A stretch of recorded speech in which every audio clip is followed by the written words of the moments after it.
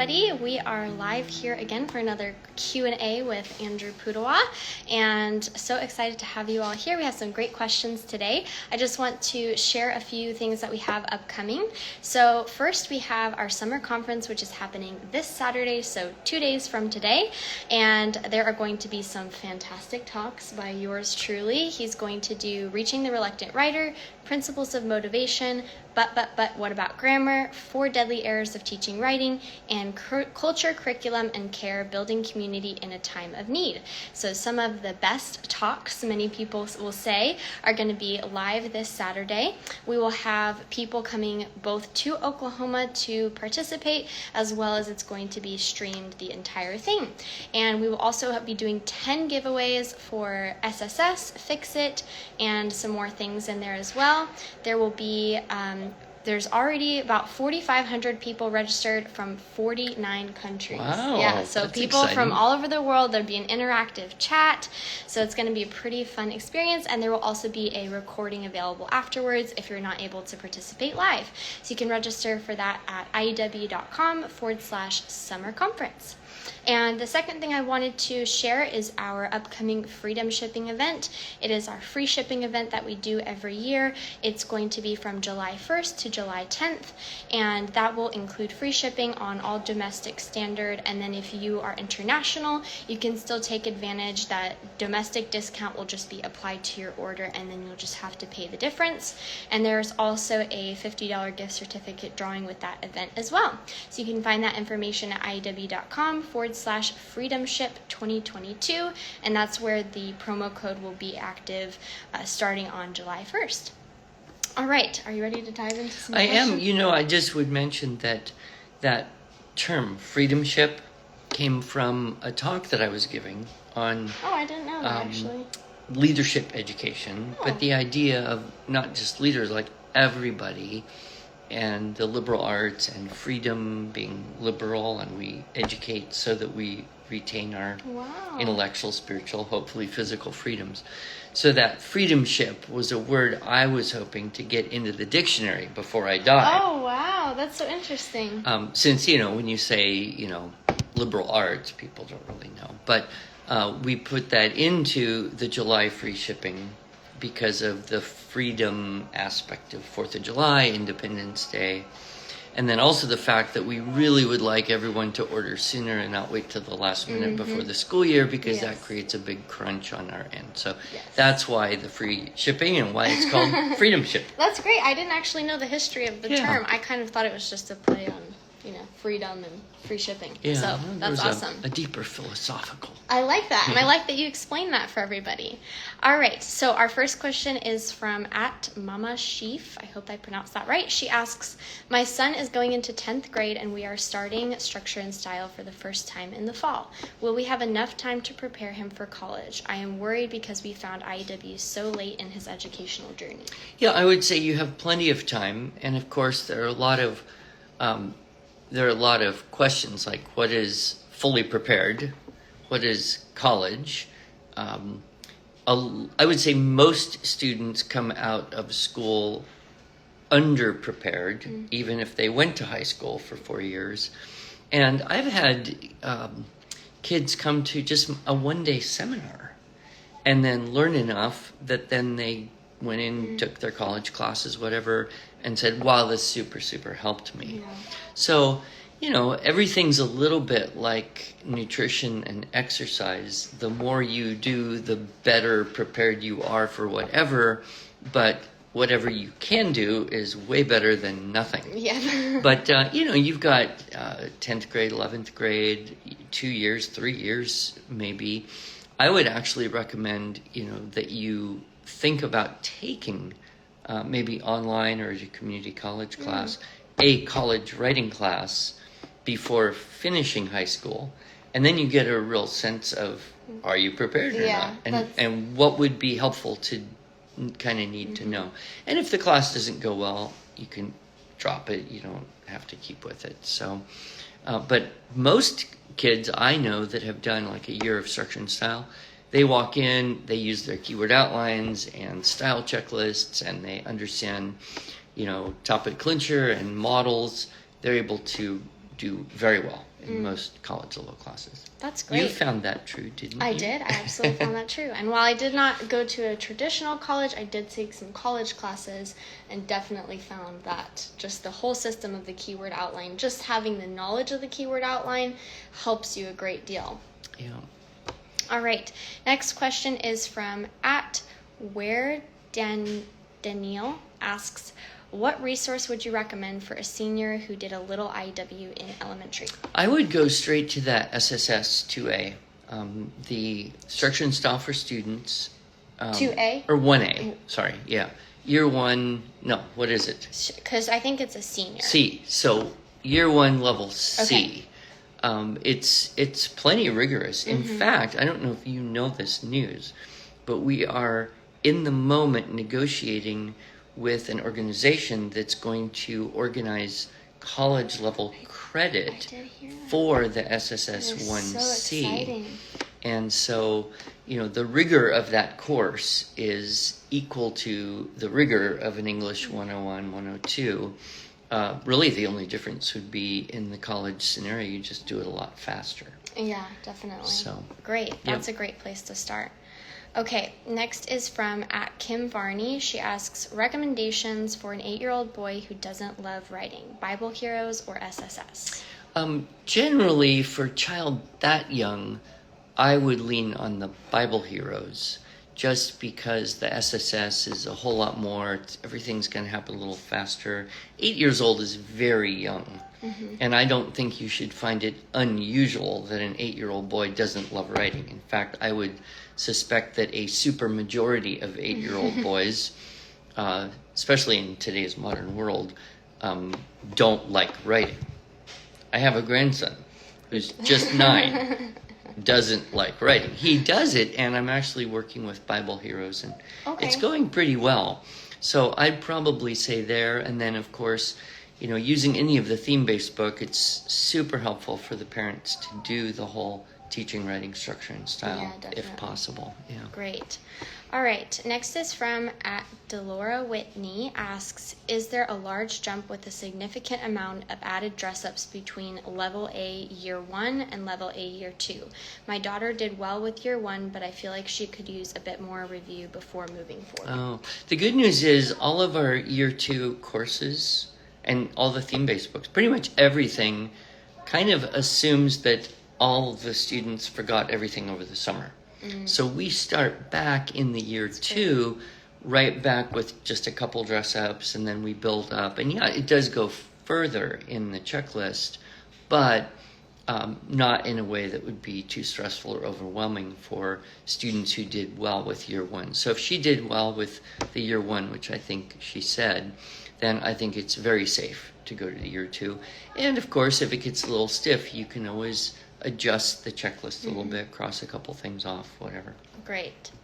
All right. I don't know how to pronounce this, KSTAMAS2 asked, can I use one writing program for my 2 homeschoolers, 2nd and 4th grade? If so, what would you recommend starting? I was thinking maybe All Things Fun and Fascinating or SSS. Yes, I find that you generally can, and sometimes when it works best is if the older student is maybe the little bit more reluctant of the 2, and then they're closer in terms of just aptitude and all that.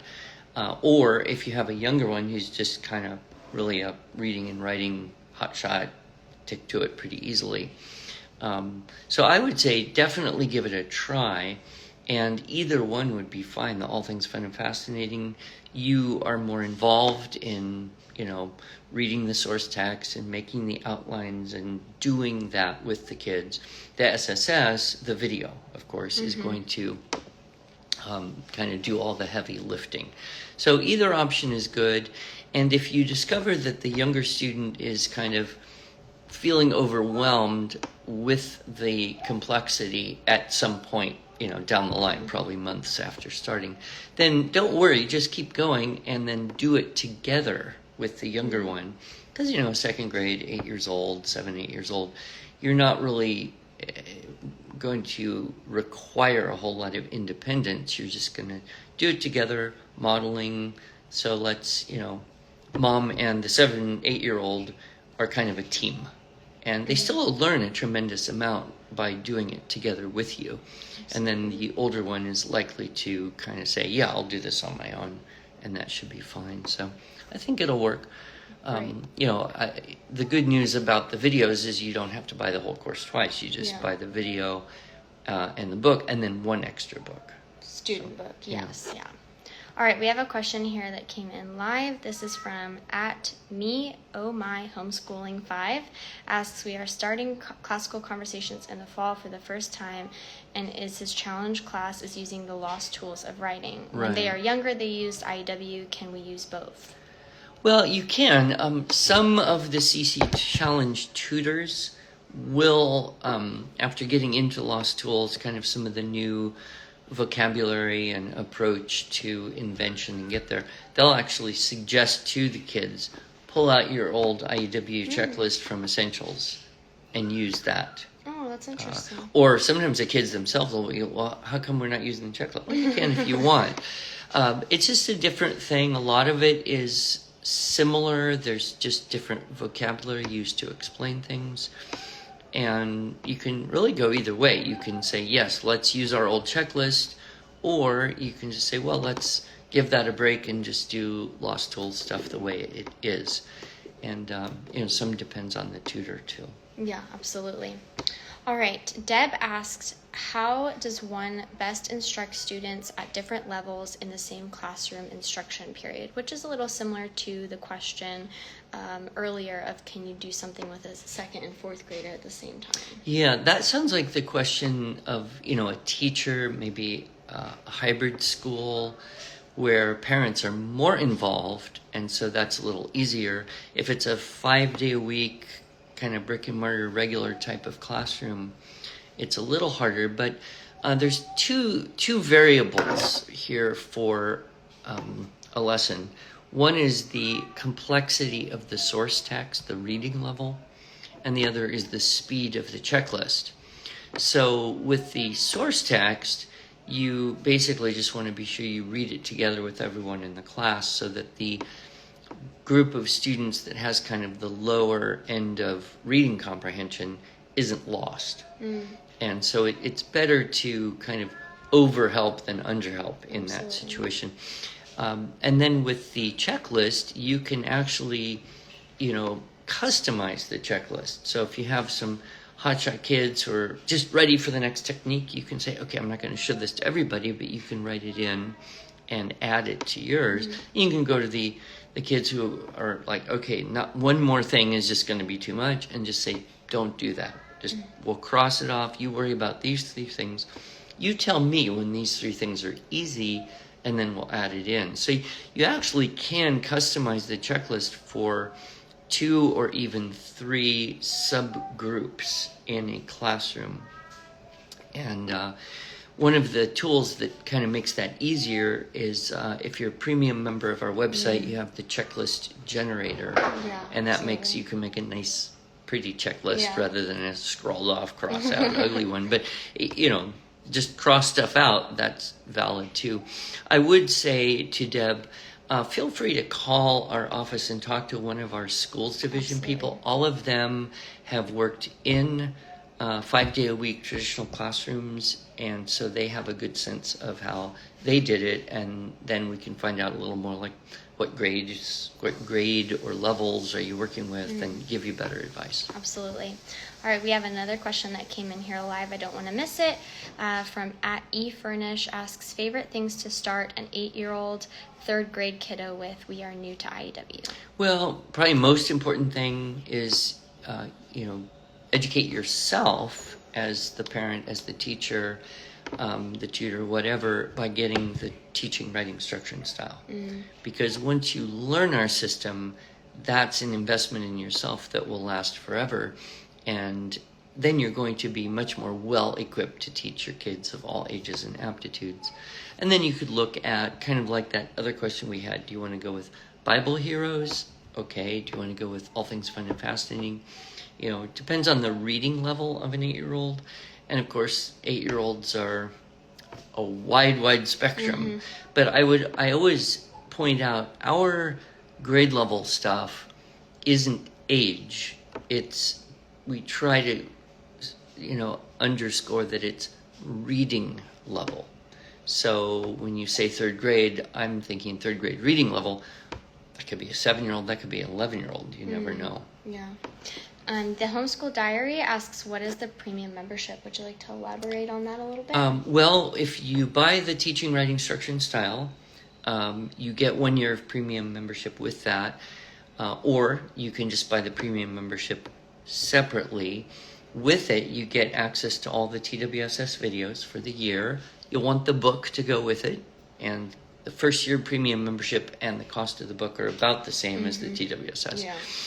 Then you have access to all sorts of things I don't even know, but audio files, PDFs, the checklist generator, mini posters, all sorts of tools that can be really helpful. Special the master class recordings, yeah. And you also get a free shipping code specifically just for you with the premium membership. So you just get a code included in there that gives you free shipping for. And when you buy or renew the premium membership for the first time, I think, you get a hard copy. We mail you a hard copy of the book, however imperfectly. Oh, that's awesome. I didn't know that. Yeah. And you can view all the information, everything that's included, and also a webinar kind of explaining all the little things in it at IEW.com/premium. So that's a great place to look. I didn't even know that one. Good. And at Cynthia Christine asks, my son Noah, age 10, wants to know what inspired you to start IEW. We loved hearing you speak at GHC Ontario. Oh, good. Well, I'm glad you were there. To be totally honest, I was inspired because I was trying to make extra money.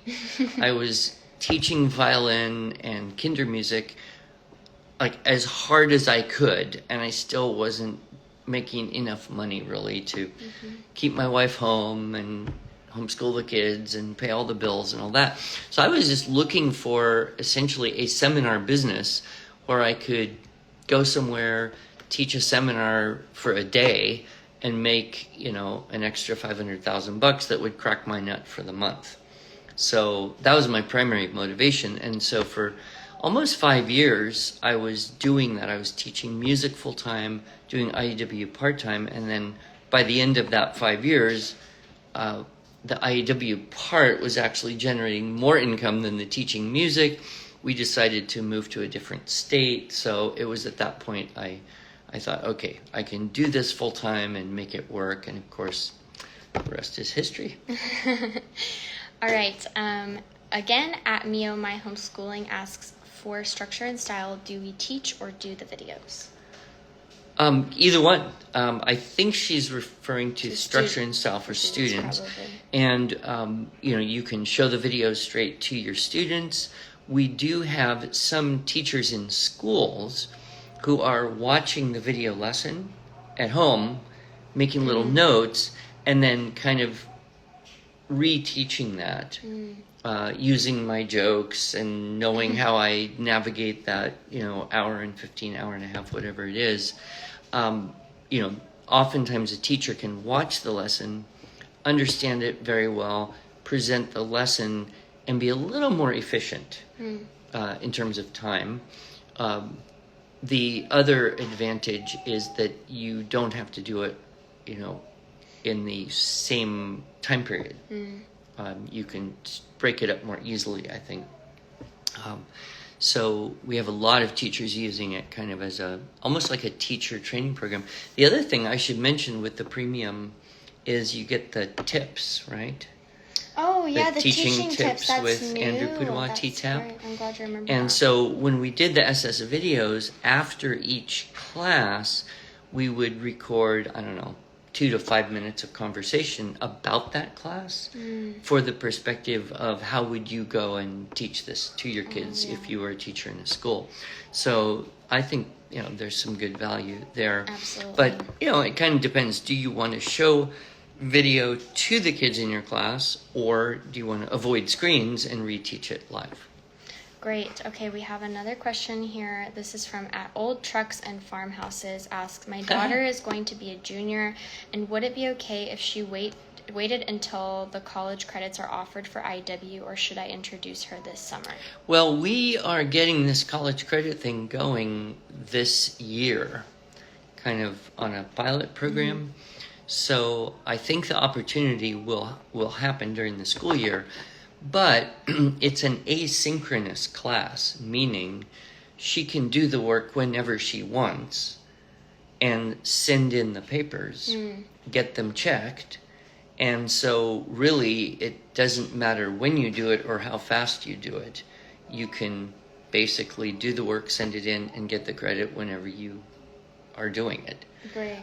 So I think it would be okay for her to start now, and then as soon as we have this, then hopefully it'll work, and she could just start sending in assignments that she had already done a month or 2 or 3 before you send them in. There's no rule that says it has to be done by a certain date or before a certain date or anything like that. It's completely asynchronous. Wonderful. Okay, at Airstream and Dreaming, I'm probably pronouncing all these wrong, so I apologize in advance. Ask, sorry if this has already been asked, where do we go after structure and style 2A? Should we then do 1B? My child is going into 6th grade. Yeah, some people will do the 1B, although some people kind of on the higher aptitude side, like the kids are really good at it, they could jump right into the 2B. So there is the way to go from the 2A to the 2B. Or you could pick up one of the, level B theme-based writing lesson books, because you basically know what to do. And so you could do medieval history, U.S. history, world history, Narnia, any of those. So it just depends. You want to stick with the video format or not. Obviously, doing the theme-based book is a little less costly. But a lot of kids are like, no, I want the video, probably because they want to hear the new joke at the beginning of every class. A lot of great jokes in there. Okay, at Mel Brown asked, is it best to start with structure and style or the theme-based writing? This will be our first year. Did I Well, no, that was kind of similar. Okay. The structure and style for students is set so that even if the mom has not done the TWSS, they should be able to navigate through and understand everything okay. We really strongly recommend, if you're going with a theme-based book, get the teacher training course so you really understand what you are teaching in the best way possible. So I guess it depends. The TWSS takes somewhere between 12 and 15 hours of your time as the teacher, tutor, adult, whatever. So you have to kind of carve that out. Summer's a good time to do it. And if you don't think you're going to get that done, then I would say maybe just go with the SSS video, and then you can learn along with your students more easily. And you can always also contact customer service. Yeah. That could help you kind of navigate just your particular situation with your unique student and all of that, so you can contact them always. And at a convention, when someone comes up and asks me a question like this, I usually don't give an answer until I ask them, 2 or 3 questions. Yeah. How old are your kids, and what's your level of experience? How long have you been home? There's a lot of variables. So, yes, our customer service team is likely to be able to answer your questions better if they have a little more info than just this. But yes, I'm happy to do what we can on an Instagram Live. All right, at the Gold Pine Cone, and I think we should give the Gold Pine Cone a little award, because I think they've asked a question every single live. I remember seeing your username, well, so thank you for being Pine here. Cone, yeah. Asks, can you talk about literature? We use SSS, spelling, and grammar, but other than the literature suggestions, should we be doing more than that? I don't have a strong opinion about that. Some people like a literature curriculum. There are some. We, of course, sell Adam Andrews' course, Teaching the Classics, which has a book list attached to it. It gives you a method, really, for Socratic discussion, and you could move that into, say, essay writing about literature. But, we put the book suggestions in so that it would be a more complete, quote, language arts program, even though I don't like that term. And then other people have a different curriculum that already kind of has the literature built into it. But I'm kind of loose about the literature. I don't think that it's necessarily a case where every kid should read the same book as every other kid during the course of, the 7th grade year or something. I like kind of the freedom for people to pick and choose which books are most suited for that child or those children. Obviously, a lot of read alouds are going to be the most important part of a literature program. And then I really don't like literature programs that kind of prematurely force the kid to write a lot about it because of the danger. Julie Walker hates it when I say it, but kill the puppy. Like, let's read the book and enjoy it. No, let's read the book and analyze it. So you're like, no, let's read the book and talk about it, enjoy it, and play with it rather than dissect it, right? Yeah, that makes sense. I definitely had that experience in school as well. I went to school 1 year and I took a literature class, and I felt like I was being forced into a situation where I wasn't able to actually enjoy the book. I was more just like thinking every time I was reading it was like, how am I going to have to do the assignment to write for this? So I like how you said that. I agree with that. All right. At Twin Mama 86 says, can we use CC? Do you believe it is too much to use Fix-It grammar on top of the other work being done with CC? Well, I generally would answer that question yes, only because CC is very heavy into their grammar program and sentence diagramming, and there's kind of a whole subculture of CC moms who talk about that a lot. But I do know some people who like to fix it so much that they are doing it, and it's not a huge amount of time. Most people can do their Fix It lesson 12 to 15 minutes, 4 days a week. So if you want to put in an hour a week and kind of connect the grammar with the composition, I think Fix It's really good with that. But if you're in CC, you kind of need to do things the way they do it, and you're not going to miss anything by not doing Fix It. Yeah. You've got, a lot of options there. So it's kind of like, again, it's like exercise and nutrition. The more you do, the better it is, but you don't have to do everything, and sometimes you can do too much. Yeah, absolutely. Yeah. All right, this is one that I find an interesting question. This is Nina asks, did you use IW materials with your own children? If yes, which ones? Well, all of them, really. The first writing class I ever taught after coming back and learning the system was Heather and Jen were like 11 and 9. Mm-hmm. And so actually some of the writing samples that got into the very first edition of the TWSS were from them. Oh, really? I didn't know that. Yeah, Genevieve wrote that spicy cheese story where there was the jalapeno cheese in the mouth of the fox, or the mouth of the crow when he dropped it. That is so funny. I don't remember and that. And then Heather wrote a critique of a movie called The Rocketeer. And I used that as a sample. Wow, that's and awesome. So yeah, everybody got it. Some a little more than others. I would say that some of the things I wrote were like I tested them on kids. But I think everyone did really well. I remember Chris went off to University of Oklahoma and took an English class. And I remember saying, so are you learning anything? I don't know. Are you learning anything new? No, nothing I didn't already know. Kind of. That's a good feeling. Attitude, like, okay. But on the other hand, like, what am I paying for? Yeah. And I know you were teaching classes at the IW facility out in Locust Grove, and to some students in the area, and Chris and I were both in that live class with you. And then I also did phonetic zoo spelling, and I found that extremely helpful. It was very helpful to my multi-learning. I'm both a visual and a kinesthetic learner, and so having the kind of multi-learning style was very helpful for me, so I really enjoyed it. And I think you like that too, because it's such an independent thing. Yes, I was like leave me alone. You can do it with spelling. no one bossing you around. Yes, I definitely liked that. All right, we've got 2 more questions I have here. Oh, we had one come in here live. All right. Again from Airstream Dreamin' Gypsy. That's what it is. I said it wrong the first time. Asked, love what you just said about literature. We just ordered teaching class. Oh, okay, it wasn't a question. Okay, well, at least the answer Yeah. made sense. That's good I'm to know. so glad. Thank you. Alrighty.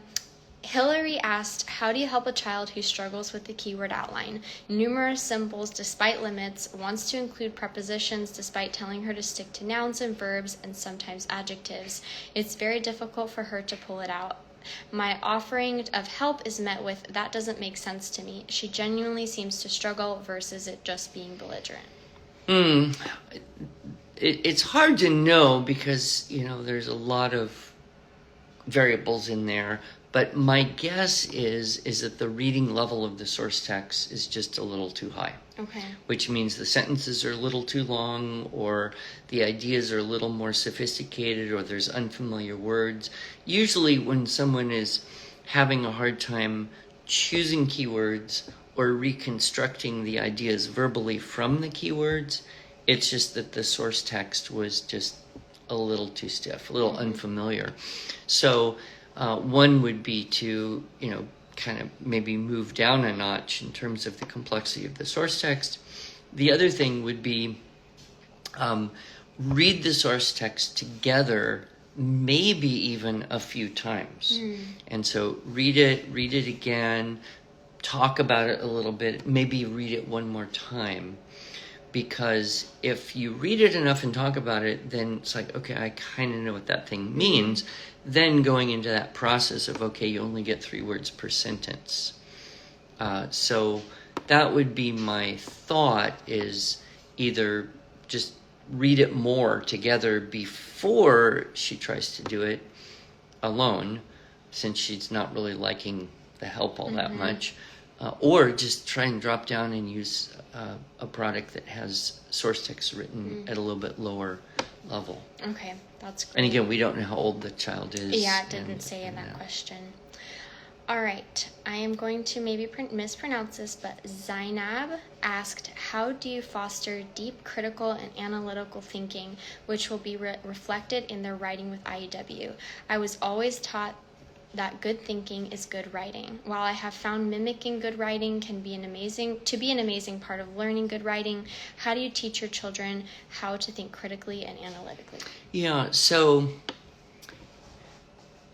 in my talk on cultivating language arts preschool through high school, which we are going to re-record and make available soon, but in that talk, I usually suggest a few things. One is, around middle school age, have a logic curriculum. So there are a lot. Classical Academic Press has Argument Builder and the Art of Argument. Memoria Press has a traditional logic 1 and 2 material logic. Or even a book like The Fallacy Detective. But if you get an actual logic curriculum, that is the first step in developing good critical thinking. Schools don't seem to be doing this all that well, and it is difficult, I think, if you don't teach logic in an explicit way. It's very difficult to do that kind of environmentally or contextually. So that would be the first thing, is don't look at the writing curriculum, actually teach logic, learn about syllogisms, learn about fallacies, because for a child to write something and then notice, oh, that is a non sequitur, that idea doesn't really follow from this one, that's more logic training than it is grammar or composition. Then the second thing would be, and this question I think is specifically for kids about 12, 13 and up. I wouldn't worry much about critical and analytical thinking for a 10-year-old.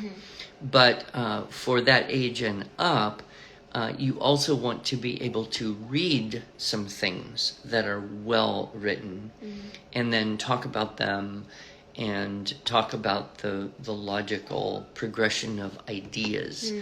And so, we have access to historically well-written things. You can find your favorite author and look for things that are written. I know I have used with high school kids things like essays by G.K. Chesterton, essays or speeches by famous people like Teddy Roosevelt. And so if you analyze the thinking of the person who wrote something, then you're also learning from that, not just imitating style. Yeah. So those would be the two things I would focus on. And also just to remember that, kids in that middle school age range, they don't necessarily always think logically about stuff on a normal day-to-day basis. So it's more kind of a part of life and learning and growing up and becoming more objective. And some of that's just maturity and time, and you can't just open up someone's brain and say, be smarter, be logical, be more organized. If only, huh? Yes. And I would just add to that speech and debate, doing competitive speech and debate, made me an incredibly analytical and critical thinker. I definitely think I've utilized some of the skills that I gained from that experience as an adult, and people have told me, you're a very analytical thinker, and I think it comes from debate, so possibly a competitive debate program. I totally agree with that. Yeah, competitive speech and debate. The other thing that's nice is you're getting feedback from a whole lot of other people, and it's not emotional like you do if your parents kind of try to point out a weakness in something you wrote. Yeah. But if it's someone else's mom or a judge or alumni, then you can take it a little more objectively, peacefully, and say, okay, I understand how that didn't quite make sense. It's also just really helpful and fun to be able to argue with a purpose. Yeah. Since generally, kids in the debate range like to argue anyway. Yeah. So you do have to be careful though, because when you get into adulthood, you still want to argue. Well, there is that danger. If you teach your children logic and argumentation, they will use it against you. But all right, we have another question here. This is from 9286 Melissa. Asks, I have grade 5 and 7 doing level A, TWSS together. Grade 5 is a bit slower, but can do the work. Is there a way to give him more practice with certain dress-ups before moving on without keeping grade 7 back? Melissa, are you speaking about TWSS or about structure and style for students? I think that'd be an she's important probably distinction. talking about SSS there because Probably. She said level A, and there's too many S's. I agree. Yes. One thing would be, as we mentioned earlier, you can cross a couple things off the checklist following the easy +1 rule. So you should really only add a new style technique when what you have taught so far has become easy, meaning the student can do it without much help and it doesn't sound too goofy most of the time. So you can actually customize the checklist for a younger student and just cross a couple things off. And don't worry about it. But you can also create opportunities for more practice. I tend to do these as a preview of the style technique, and the theme-based books kind of do this. So it'd be like, here's 2 sentences. See if you can put these 2 sentences together using a who-which clause, or using a when, while, where, since, as, if, although, or because. So that idea of sentence combining is helpful. Or you can just have a sentence and say, okay, let's just be silly here and see if we could fit every single dress up into this one sentence. Of course, it's going to be goofy at the end, but kids like that kind of thing. And then they start to get the idea of, oh, okay, I could add that, and I could add that, and I could combine that and change that. So it's not so overwhelming. So either of those would work. And of course, as always, you're welcome to call our people. And all our CS staff has experience in doing this and or teaching this. So. Yes, absolutely. All right, I think that rounds it up for questions. I didn't see any more. If you have a last minute question, you can pop it in here. I just want to do a quick little reminder for those of you who are joining us a little bit later about our summer conference that's happening 2 days from now, this Saturday. You can find all the information about that at IEW.com/summer conference. There's going to be some amazing wisdom shared. Is it summer conference all one word? Oh, or it's summer-hyphen? Summer-conference. Yeah. Thank you for clarifying. Yes, summer-conference. And then our free shipping event is starting on July 1st, and you can find that information at IEW.com/freedomship22, I believe is the link for that. Yeah, no, 2022. Freedom Ship 2022. Okay, good. And if you have any additional questions that you are thinking of at a later time or you didn't get to have a chance to get answered, please feel free to reach out to our customer service team. They are incredible and very, very helpful and are always glad to answer any questions that you have. And you can reach them at 1-800-856-5815, or you can just chat in with them live at IEW.com/chat. All right. Yeah, and thank you for joining us today. Yes, thank you so much. It's always a pleasure to be joining you guys here live. It's fun to interact with some people live. Did I tell you my new joke? Oh, I'd love to hear a joke. Yeah, so a friend of mine moved into an igloo, and I bought him a housewarming present. Now he's homeless. Okay, I heard that one the other day, so Oh, it you already did? made me Okay. start laughing before I even heard the punchline, but that's a really funny one. Oh, it's a good one for kids. Yes, You can it all is. tell that one to your Yes. kids. All right, thank you all so much for joining us. We will see you here again sometime in the next few months for All another right. one. All right, have a good day. Bye.